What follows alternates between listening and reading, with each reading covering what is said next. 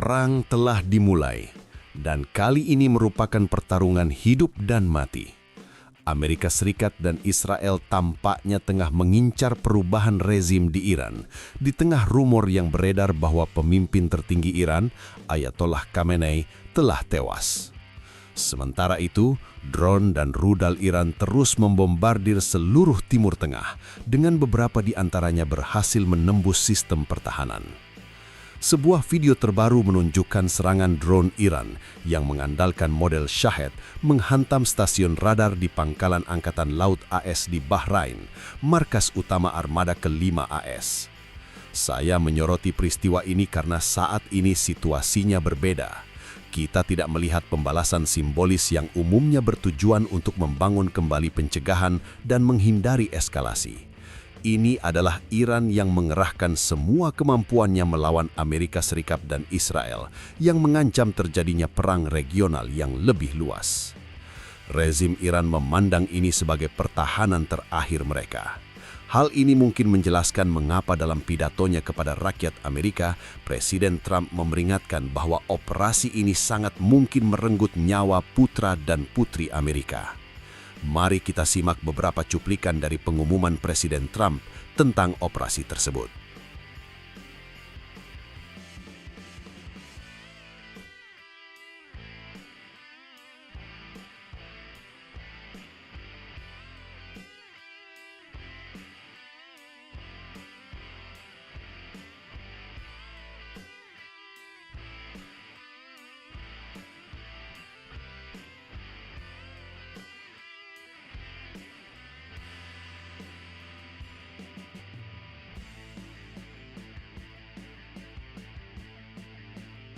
Dalam pidatonya, Presiden Trump menjelaskan tujuan operasi tersebut.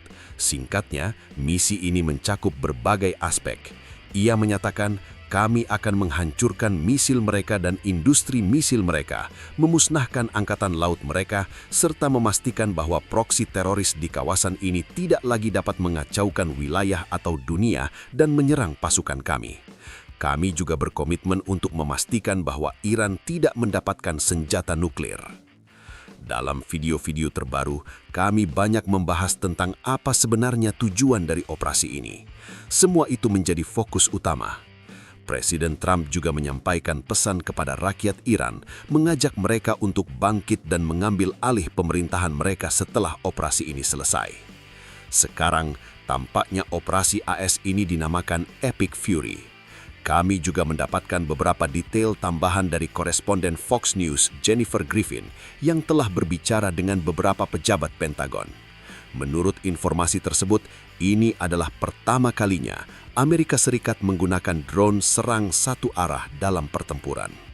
Sampai saat ini, kami belum memiliki rekaman penggunaan drone tersebut. Namun menurut Griffin, militer AS telah fokus pada target-target bernilai tinggi, termasuk fasilitas signifikan dari IRGC, fasilitas angkatan laut, dan fasilitas bawah tanah yang terkait dengan program nuklir. Para pejabat AS menjelaskan bahwa kita telah secara efektif menekan pertahanan udara Iran. Selanjutnya, mari kita bahas mengapa situasi ini sangat penting dan apa maknanya. Presiden Trump menegaskan bahwa terdapat ratusan target dalam apa yang digambarkan sebagai operasi multi hari ini. Pejabat AS menambahkan bahwa respon Iran hingga saat ini terlihat tidak efektif. Akibatnya, perhatian kita kini tertuju pada respon Iran yang mungkin akan terjadi. Seiring berjalannya waktu, rezim Iran masih tidak meninggalkan niat mereka untuk menghancurkan Israel. Dalam beberapa bulan terakhir, meskipun telah mengalami hantaman berat selama operasi Rising Lion, IDF mengidentifikasi bahwa rezim tersebut terus berupaya memajukan produksi serta memperkuat dan menyembunyikan program nuklir mereka. Mereka juga berusaha merehabilitasi proses produksi rudal. Dalam beberapa bulan sebelum serangan ini, perencanaan yang cermat dan kolaboratif dilakukan antara IDF dan militer AS, memungkinkan pelaksanaan serangan yang luas dengan sinkronisasi dan koordinasi penuh. IDF berkomitmen untuk mengambil tindakan demi menghilangkan setiap ancaman yang muncul terhadap warga negara Israel kapanpun dan dimanapun. Saat ini, jet Angkatan Udara Israel terus menyerang target-target di seluruh Iran berdasarkan intelijen yang akurat.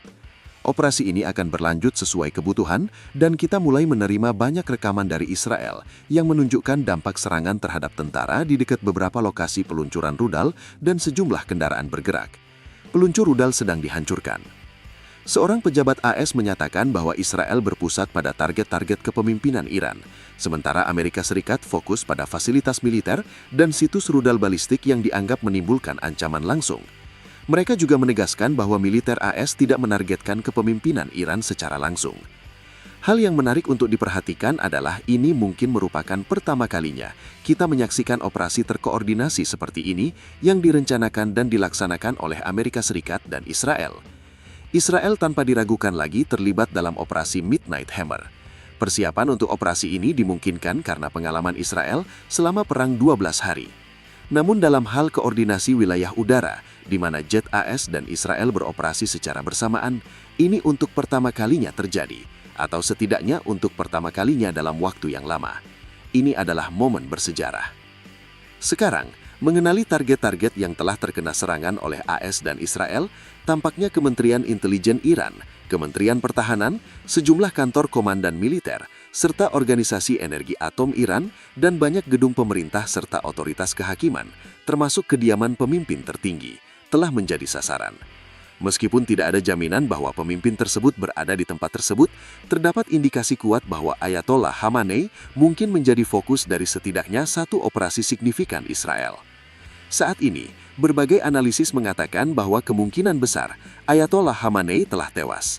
Mengutip laporan dari Times of Israel, mereka menyebut bahwa penilaian Israel menunjukkan bahwa pemimpin tertinggi Iran kemungkinan tewas dalam serangan yang dilancarkan oleh Israel hari ini.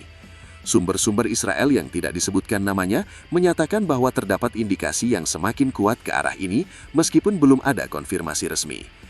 Anda mungkin bertanya, apakah karena rumahnya hancur berarti dia pasti terbunuh?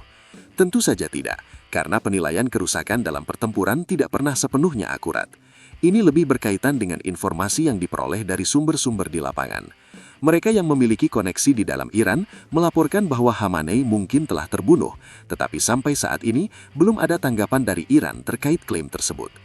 Dalam hal apa yang telah kita lihat sejauh ini, tampaknya serangan AS difokuskan pada pembersihan wilayah udara dan aset pertahanan udara. Ini bertujuan untuk mempersiapkan gelombang serangan pesawat tak berurak berikutnya. Kita telah mendengar bahwa Israel telah menerbangkan beberapa pesawat, sementara pesawat tak berurak AS juga terlibat dalam operasi ini. Ada laporan tentang pesawat Reaper yang beroperasi dan penggunaan rudal Tomahawk dalam gelombang serangan pertama ini. Jika kita berbicara tentang volume, kita sedang berbicara tentang penempatan amunisi yang besar dalam waktu singkat. Dalam konteks ini, kita berbicara tentang bom, bukan hanya rudal. Bom merupakan pilihan yang lebih ekonomis, memungkinkan kita memuat lebih banyak bom dalam pesawat. Dalam banyak kasus, ledakan dari bom ini juga lebih besar. Tujuan dari penggunaan rudal serang darat Tomahawk adalah untuk membersihkan wilayah udara, sehingga kita dapat meluncurkan F-35. Meskipun mungkin sudah ada F-35 yang beroperasi, pesawat pembom yang lebih berat seperti F-16 dapat digunakan untuk menyerang target-target Iran dalam jangka panjang. Dalam konteks respons Iran, Menteri Luar Negeri mereka menekankan bahwa sebuah sekolah dasar adalah satu-satunya fasilitas yang mereka sebutkan hancur akibat serangan. Iran jelas tidak akan memamerkan informasi tentang fasilitas rudal atau nuklir mereka yang terkena dampak. Fokus utama media di Iran saat ini hanya pada insiden di sekolah tersebut. Menteri Luar Negeri mengklaim bahwa serangan itu terjadi pada siang hari saat puluhan murid tengah berada di dalamnya, menegaskan bahwa kejahatan terhadap rakyat Iran tidak akan dibiarkan begitu saja. Ini adalah aspek penting yang perlu diperhatikan karena mempengaruhi bagaimana Iran membingkai konflik ini dan berpotensi menjadi bagian dari propaganda mereka. Penting untuk menilai keakuratan klaim semacam itu. Apakah mereka berlebihan atau sepenuhnya disfungsional? Dalam beberapa saat ke depan, kita akan melihat pandangan lebih lanjut dari Menteri Luar Negeri Iran. Kita baru saja menerima berita bahwa IRGC, Korps Garda Revolusi Islam Iran, telah mengumumkan dimulainya operasi Janji Sejati 4. Dalam beberapa jam terakhir, kita telah menyaksikan peluncuran rudal dan drone dari IRGC yang menargetkan markas besar Armada kelima AS di Bahrain, serta pangkalan-pangkalan Amerika lainnya di Qatar dan Uni Emirat Arab, di samping pusat militer dan keamanan di wilayah yang mereka sebut sebagai pendudukan. Mereka mengancam akan melancarkan serangan-serangan besar terhadap Israel. Mari kita lihat target-target yang telah diserang hingga saat ini. Menurut laporan, setidaknya 35 rudal balistik telah diluncurkan ke Israel. Beberapa di antaranya berhasil dicegat oleh sistem pertahanan udara. Namun informasi dari Israel tentang hal ini cukup minim. Ini sangat kontras dengan situasi selama 12 hari, di mana informasi yang keluar jauh lebih banyak. Kita kini hanya mendapatkan rekaman lama yang seolah-olah dimanipulasi untuk tujuan tertentu. Oleh karena itu, kita harus sangat berhati-hati dalam menilai kerusakan pertempuran dimanapun. Sekarang, untuk target-target yang telah diserang, tampaknya kita telah menyaksikan serangan yang terkonfirmasi terhadap markas besar armada kelima AS di Bahrain, serta pangkalan udara di Qatar dan Uni Emirat Arab. Ada pula indikasi bahwa Kuwait mungkin juga terkena beberapa serangan rudal. Rekaman yang kurang jelas menunjukkan kemungkinan dampak di dekat pangkalan udara AS di Yordania. Rencana Trump dalam konteks ini sangat jelas, mengubah dinamika konflik. Sementara itu, Iran berusaha membalas setiap serangan yang mungkin dilakukan. Ketika saya merekam ini, saya baru saja mendapatkan informasi bahwa gelombang rudal Iran lainnya sedang ditembakkan, menunjukkan bahwa ini baru merupakan permulaan. Selanjutnya, kita perlu memperhatikan jaringan proksi Iran. Kelompok Houthi di Yaman telah menyatakan dukungan mereka, menegaskan bahwa mereka akan membalas serangan tersebut. Jika Houthi terlibat, kita dapat mengharapkan fokus mereka pada kapal perang Angkatan Laut AS di Laut Merah atau Teluk Aden dengan tujuan mengganggu pengiriman komersial di daerah tersebut. Meskipun kita belum melihat tindakan langsung dari Houthi, jika mereka mulai beroperasi, ini bisa mengalihkan perhatian AS. Di sisi lain, Hizbullah, milisi Syiah terbesar yang bersekutu dengan Iran, telah mengeluarkan pernyataan bahwa mereka akan segera mulai menyerang pangkalan-pangkalan Amerika sebagai tindakan balasan terhadap agresi ini. Meskipun saya tidak ingin menggambarkan ini sebagai skenario terburuk, situasi bisa sangat menantang apabila proksi Iran mampu berkoordinasi dan menyerang secara bersamaan. Saat ini Hizbullah tampaknya tidak ingin menyerang jika serangan terbatas di Iran. Namun jika menyangkut Khamenei, mereka akan menganggapnya sebagai garis merah. Kita harus menunggu dan melihat bagaimana respon Hizbullah terhadap situasi ini. Dengan berbagai grup milisi di Irak dan Suriah, meskipun mereka tidak memiliki kemampuan strategis yang signifikan terhadap AS atau Israel, mereka dapat membuat situasi menjadi jauh lebih rumit. Khususnya basis-basis AS di Irak akan menghadapi tantangan berkelanjutan, terutama dari serangan drone kecil, selain ancaman rudal Iran yang lebih besar. Menyusuri penilaian situasi, Hamid Zra Azizi dari Dewan Timur Tengah menggarisbawahi bahwa respons Iran sangat cepat. Peluncuran rudal dilaporkan dimulai dalam beberapa jam setelah serangan, dengan target di Tel Aviv dan Haifa. Pernyataan dari Iran menandakan bahwa tidak ada garis merah yang tersisa, dan pembalasan secara total sedang berlangsung. Ini memperkuat apa yang sebelumnya kita diskusikan, di mana Presiden Trump menegaskan, ini dengan kata lain adalah perubahan rezim. Ini menempatkan rezim Iran dalam posisi terdesak, mempertaruhkan segalanya. Di sini proses negosiasi tampaknya telah sepenuhnya terpinggirkan. Negosiasi seharusnya berlangsung dalam beberapa hari ke depan, namun saat ini Iran sedang berjuang untuk bertahan hidup. Pertanyaan besar yang muncul adalah bagaimana Iran akan merespons. Dalam setiap aksi militer, ada harapan bahwa ketika bom pertama mulai dijatuhkan atau rudal pertama mulai menghantam, pihak yang diserang akan menyadari keadaan ini sudah melampaui batas dan memutuskan untuk menyerah. Namun kemungkinan ini selalu kecil. Jika opsi tersebut tidak terwujud, skenario lain yang lebih mungkin adalah intensifikasi serangan dari Iran. Ada beberapa skenario yang telah kami bahas dalam video-video sebelumnya. Tentu saja, kita dapat mengharapkan serangan drone dan rudal terhadap pangkalan-pangkalan regional. Jaringan proksi Iran juga akan berperan. Kemungkinan yang lebih rendah tetapi tetap ada adalah aktivasi organisasi-organisasi di seluruh dunia yang memanfaatkan jaringan kriminal untuk melancarkan serangan teroris di luar negeri. Sekali lagi, Iran tidak akan ingin terlibat dalam pertempuran langsung. Mereka tidak cukup mampu untuk menghadapi militer AS atau Israel secara terbuka.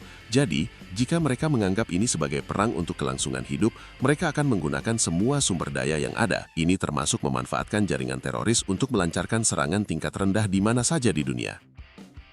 Pertanyaan besar lainnya yang perlu kita amati dalam beberapa hari ke depan adalah, tampaknya Amerika Serikat berencana melanjutkan serangan selama 1, 2, atau bahkan 3 hari. Tujuannya adalah untuk mengevaluasi kerusakan yang terjadi dan kemudian mencoba menawarkan jalan keluar bagi Iran untuk menegosiasikan penyelesaian. Namun ini semua masih spekulasi, mengingat kita baru sekitar 4 jam memasuki kampanye ini. Saat ini tampaknya serangan baru saja dimulai. Prediksi saya adalah bahwa kita sekarang sedang menyaksikan penindasan dan penghancuran aset pertahanan udara Iran oleh Amerika Serikat dan Israel. Sementara Israel berfokus pada pengejaran beberapa beberapa pejabat senior, Amerika Serikat diperkirakan akan segera mulai menyerang fasilitas nuklir dan fasilitas militer lainnya menggunakan kekuatan udara konvensional. Dalam waktu dekat, pesawat tempur non-siluman akan berada di langit Iran. Itulah update terbaru yang bisa kami sampaikan saat ini. Terima kasih telah menyaksikan, dan sampai jumpa dalam pembahasan selanjutnya.